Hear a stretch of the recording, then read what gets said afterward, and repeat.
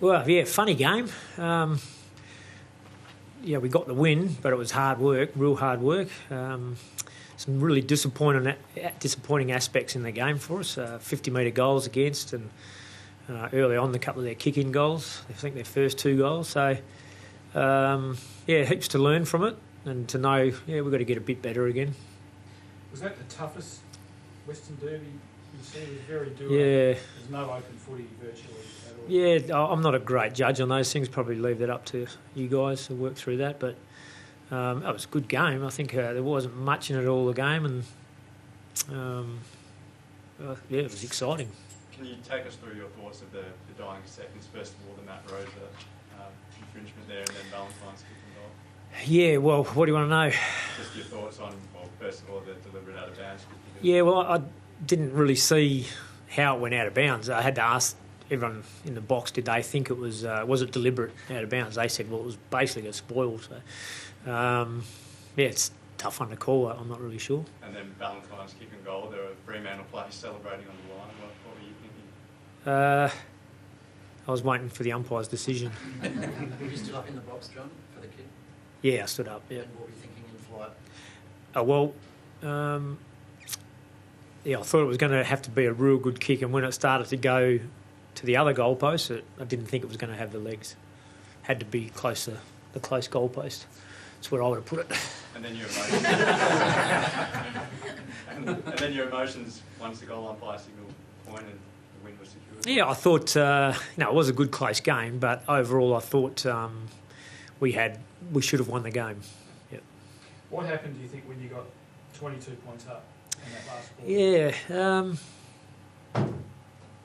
there was a couple of no one specific thing, just a few disappointing things. A couple of I think Lacroix kicks smothered on the mark, and Kennedy kicked one out in the full from a free kick.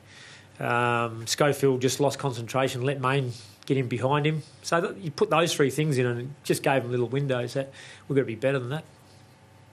John, in terms of top 4 and things like that, if you lost that, you would have been 6 points behind. Is that a vital win for the top 4? Well, all that will help come round 22.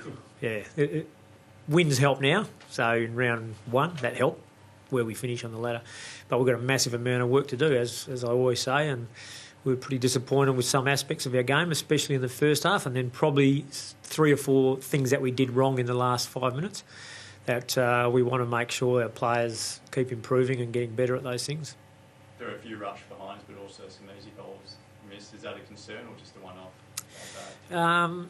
Yeah, I'm not really sure. Obviously, Schofield's on the run. He had run a long way. Legs get pretty heavy, but it would have been nice if he kicked it.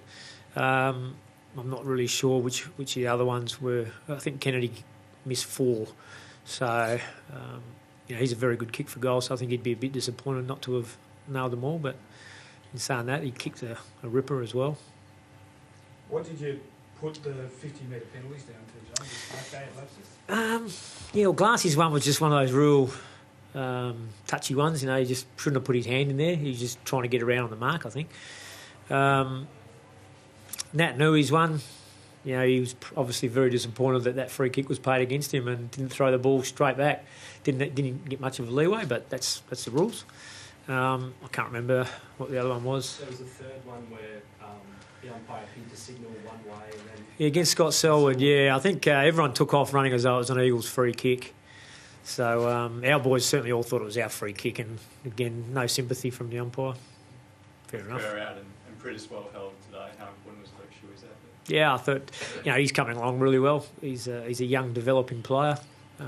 Stepped up really well, but so did Pat McGinnity, I thought, as a sub when he came on and went through the midfield. We haven't really given him much opportunity through there, but he gave us a bit.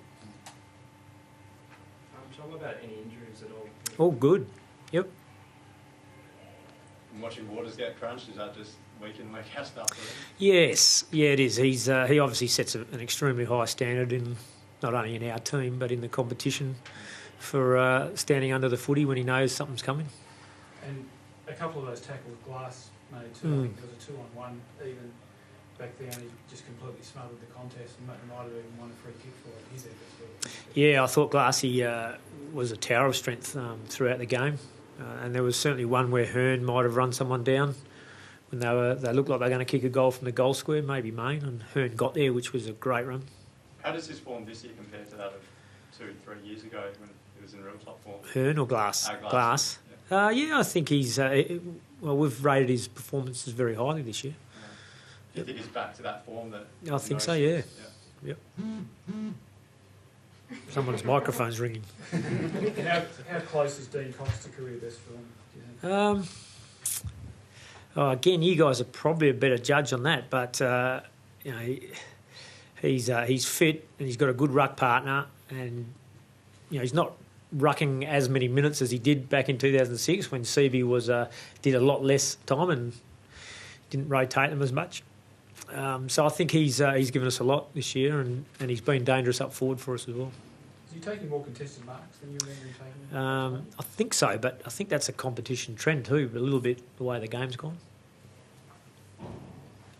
No worries, thanks a lot. Thanks.